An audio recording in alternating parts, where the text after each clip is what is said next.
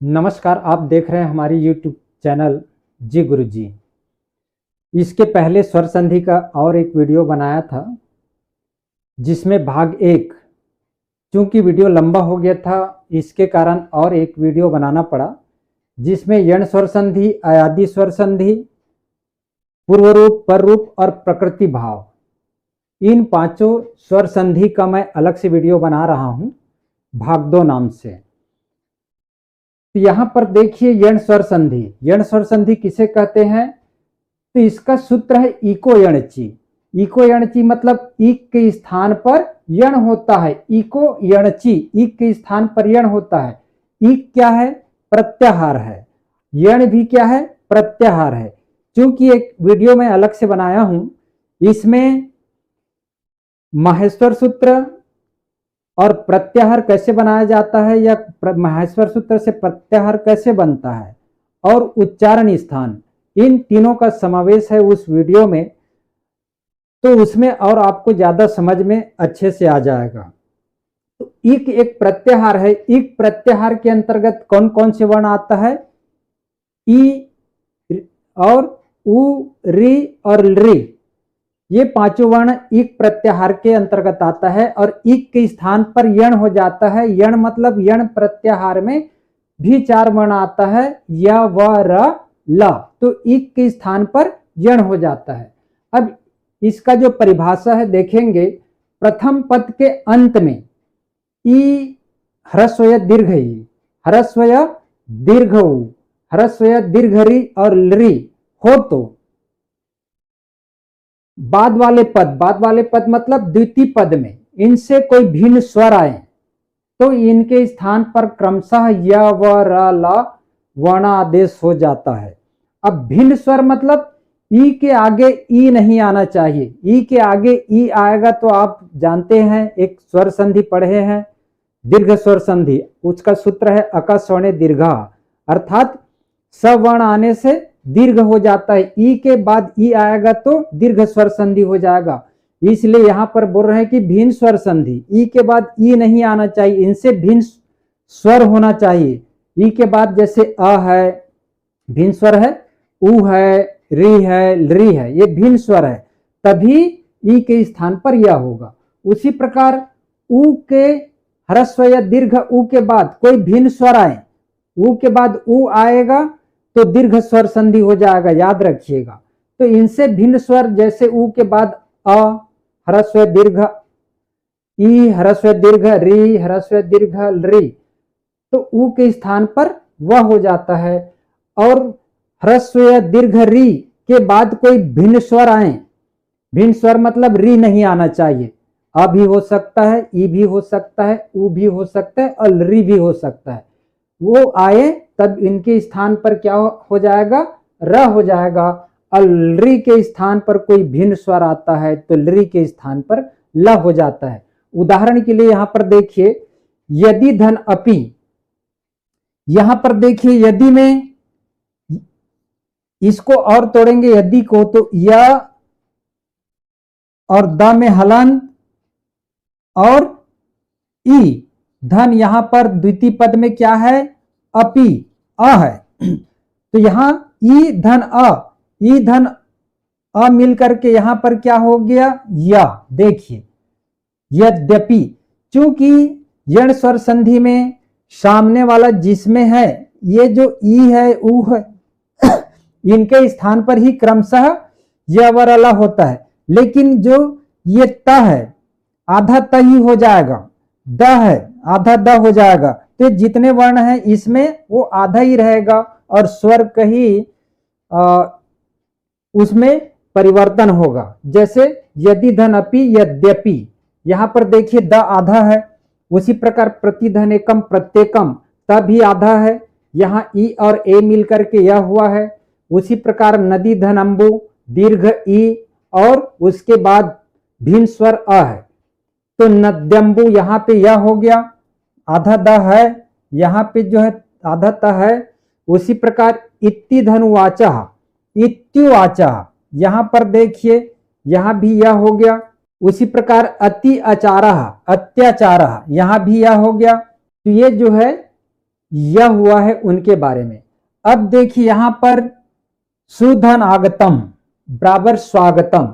यहां देखिए सु में उ है और उ के बाद क्या है, अ है, तो सु और अ मिलकर के यहां पर क्या हो गया, वह हो गया स्वागतम। उसी प्रकार भूधन आदि, यहां पर उ है यहां पर अ है, बराबर वह हो गया भवादि। क्योंकि मैं बताया था कि ये आधा आधा मतलब स जो है पूर्ण स नहीं है, यहां भी भ देखिए पूर्ण भ नहीं है, आधा भ है। उसी प्रकार मधुधन अरि मध्वरी, यहां पर उ का वह हो गया और जो ध है वो आधा ही है। उसी प्रकार अनुधन ऐसनम अन्वेषणम, यहां देखिए एक उ धन ए बराबर मिल करके हो गया व। तो जितने भी यहाँ यण स्वर संधि में है, भिन्न स्वर आया है उ के बाद यहाँ आ आया है, यहाँ भी उ के बाद आ आया है, यहाँ उ के बाद आ आया है, यहाँ उ के बाद ए आया है, भिन्न स्वर है, इसीलिए यहाँ पर यण स्वर संधि हुआ है। उसी प्रकार देखिए पितृधन आज्ञा पित्राज्ञा, यहाँ री है और यहाँ आ है, भिन्न स्वर, री और आ मिल करके क्या हो गया र, पितर आज्ञा र आ रहा है। उसी प्रकार पितृधन आदेशा पित्रादेशा, यहां भी री और आ दोनों मिल करके र हो गया। उसी प्रकार मातृधन अधिकारा मात्राधिकारा, यहां देखिए री है और यहां अ है, यहां री है और यहां आ है, री और अ मिल करके क्या हो गया र, मात्राधिकारा। ठीक है, यहां भी भिन्न स्वर है। उसी प्रकार लाकृति लृ धन आकृति, लृ है और उसके बाद भिन्न स्वर आ है, तो लृ के स्थान पर यहां पर ला हो गया लाकृति। ठीक है, ये जो है आपकी यण स्वर संधि है, इसमें आपको क्लियर हो जाना चाहिए। अब देखिए अयादि स्वर संधि। अयादि स्वर संधि का मतलब क्या होता है, अ आदि, अयादि का संधि विच्छेद करेंगे तो अ धन आदि, अ धन आदि बराबर अ औ आय आओ, ये आव है को अयादि कहते हैं। इसका सूत्र है, प्रत्याहार में आप देखे होंगे एच प्रत्याहार आता है, एच प्रत्याहार के अंतर्गत आता है चार वर्ण ए ओ ऐ औ। यहाँ पर जो नियम है इसका अयादि स्वर संधि का, प्रथम पद के अंतिम वर्ण में क्या होना चाहिए, ए ओ ऐ औ, चारों में से कोई, और यदि इसके बाद कोई भी स्वर आए, ये भी स्वर आ सकता है ए ओ ऐ औ, या अ ई उ री भी आ सकता है, व्यंजन नहीं होना चाहिए। यदि व्यंजन आएगा तो फिर स्वर संधि नहीं रहेगा, ये याद रखिएगा। इसीलिए यहां पर बोल रहे हैं कोई भी स्वर आए तो इनके स्थान पर क्रमशः, क्रमशः मैं बार बार क्रमशः का प्रयोग करता हूं, क्रमशः ऊपर में जो दिए हैं, जैसे ए के स्थान पर यदि कोई स्वर आता है तो अ हो जाएगा, ओ की स्थान ओ के बाद कोई स्वर आता है तो अ हो जाएगा, और ऐ के बाद कोई स्वर आता है तो आय हो जाएगा, औ के बाद कोई स्वर आता है तो आव हो जाएगा।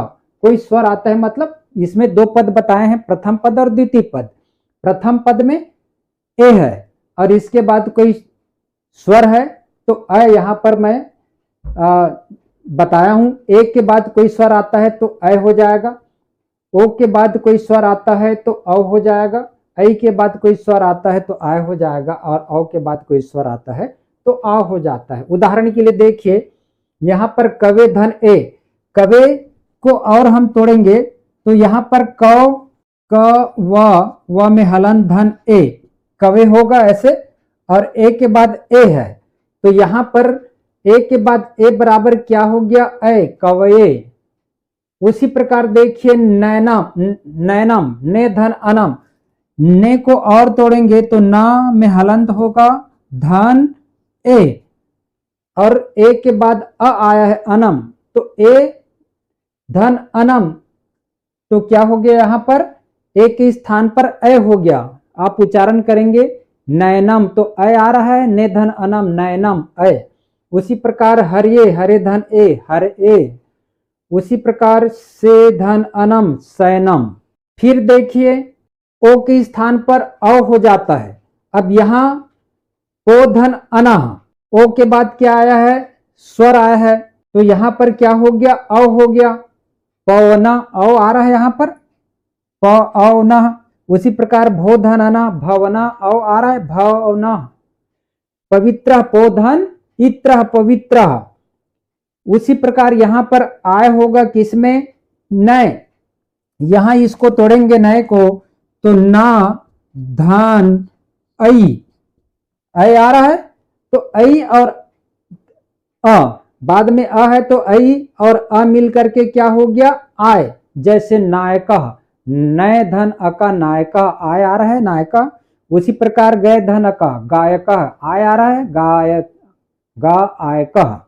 उसी प्रकार विनायका विनय धन अका, नय धनिका नायिका।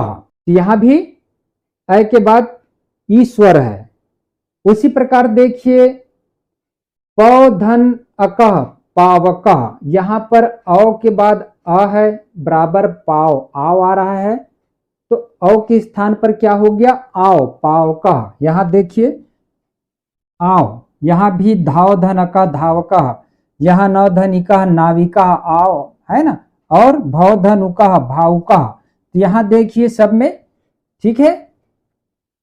ये जो है इसमें अय आया है, इसमें औ आया है, यहां पर औ है, यहां पर औ है, इसमें आय आया है, नायका में आय, विनाय आय, नायका आय।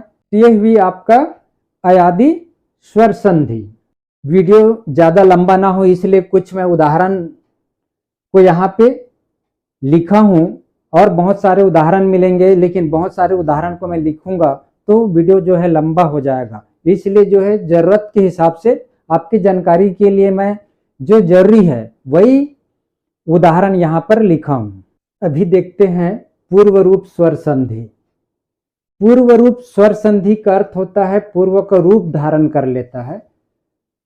इसका सूत्र है एंग पदांदति।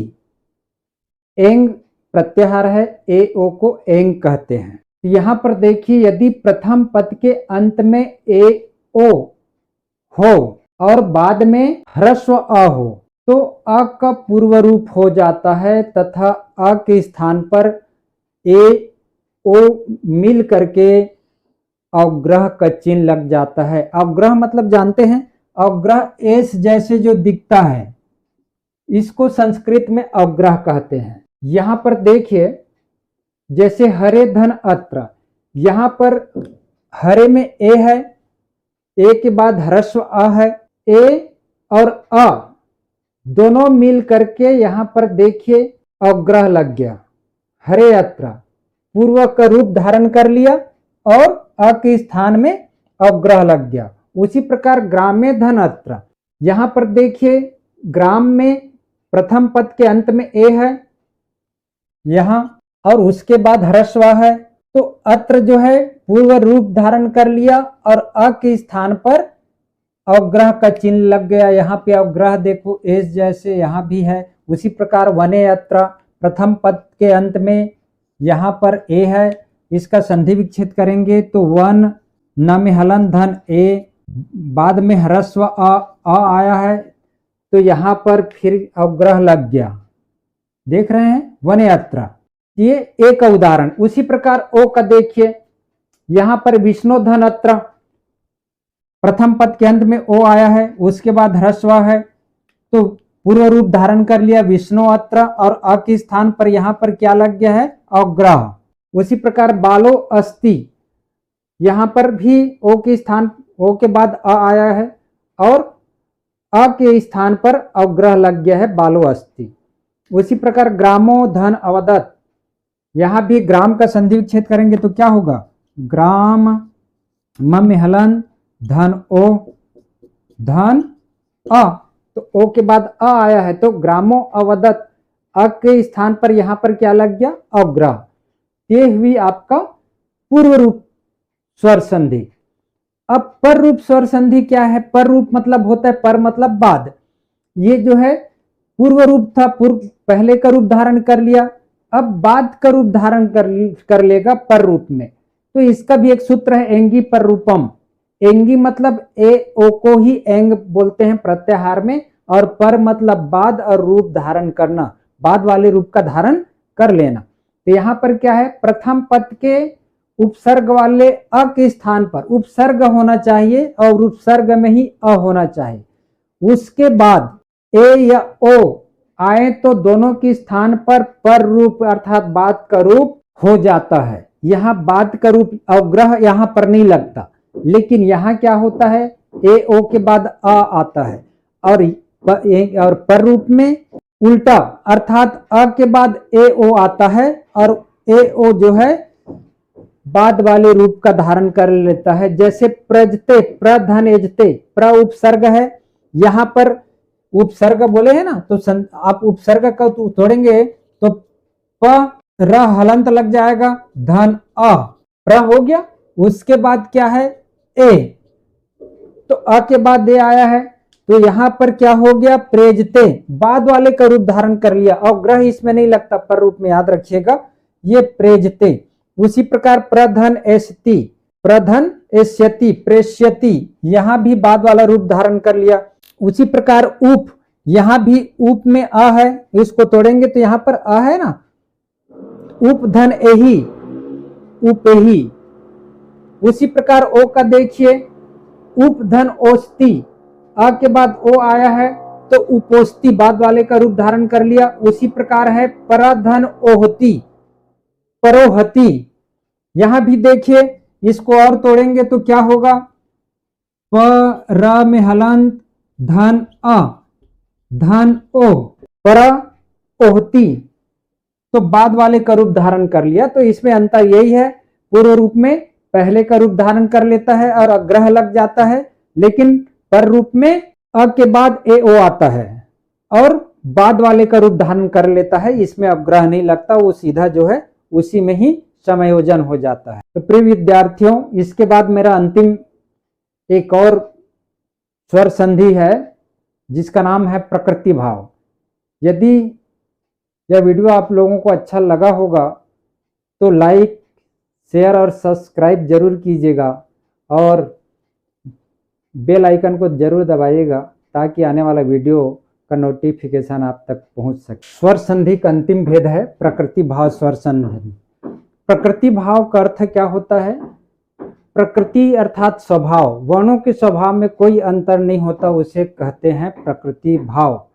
अर्थात इसका सूत्र है इदुदेद द्विवचनम प्रगृह्यम। इदुदेत का संधि विच्छेद करेंगे तो क्या होगा, ईत धन ऊत धन एत, अर्थात ई दीर्घ ई और दीर्घ उ और ए, द्विवचन रूप के बाद कोई स्वर आए तो प्रकृति भाव हो जाता है। प्रकृति भाव मतलब वर्णों के स्वभाव में कोई अंतर नहीं होता, ज्यों का त्यों हो जाता है। यहां पर देखिए हरि धन एतव, हरि द्विवचन है। यदि हरि का शब्द रूप आपको याद होगा या पुस्तक देखेंगे तो हरि हरि हरिया, द्विवचन में हरि आता है, तो ये हरि जो है द्विवचन है, और उसके बाद स्वर आया है ए, तो यहां पर हरि धन एतव, उसके बाद संधि करण में भी हरि एतव है, अर्थात कोई यहां पर अंतर नहीं है, हरि एतव और हरि एतव। संधि विग्रह और संधिकरण दोनों एक समान है, इसमें कोई अंतर नहीं, ना संधि विग्रह में अंतर है ना संधिकरण में अंतर है।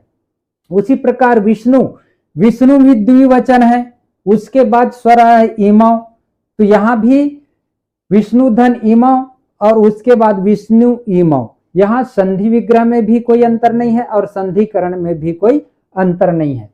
गंगे धन अमु, यहाँ पे गंगे जो है द्विवचन है, गंगा गंगे, एक वचन गंगा, द्विवचन गंगे, और उसके बाद अमु, अमु मतलब अ जो है स्वर है, तो यहां पर भी गंगे अमु कोई परिवर्तन नहीं हुआ है। उसी प्रकार लता धनेते, लते, लते धनेते, लता लते लता, यदि आप शब्द रूप लता का याद होगा, या पुस्तक देखेंगे तो शब्द रूप में द्विवचन में लते आगा, लता लते, ठीक है, लता।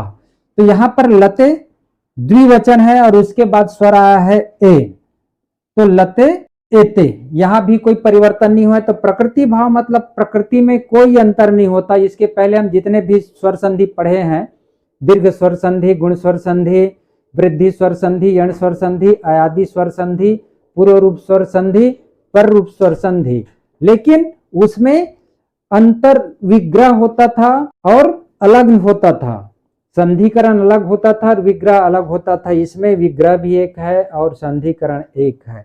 तो इस प्रकार स्वर संधि आप लोगों का यहाँ समाप्त होता है।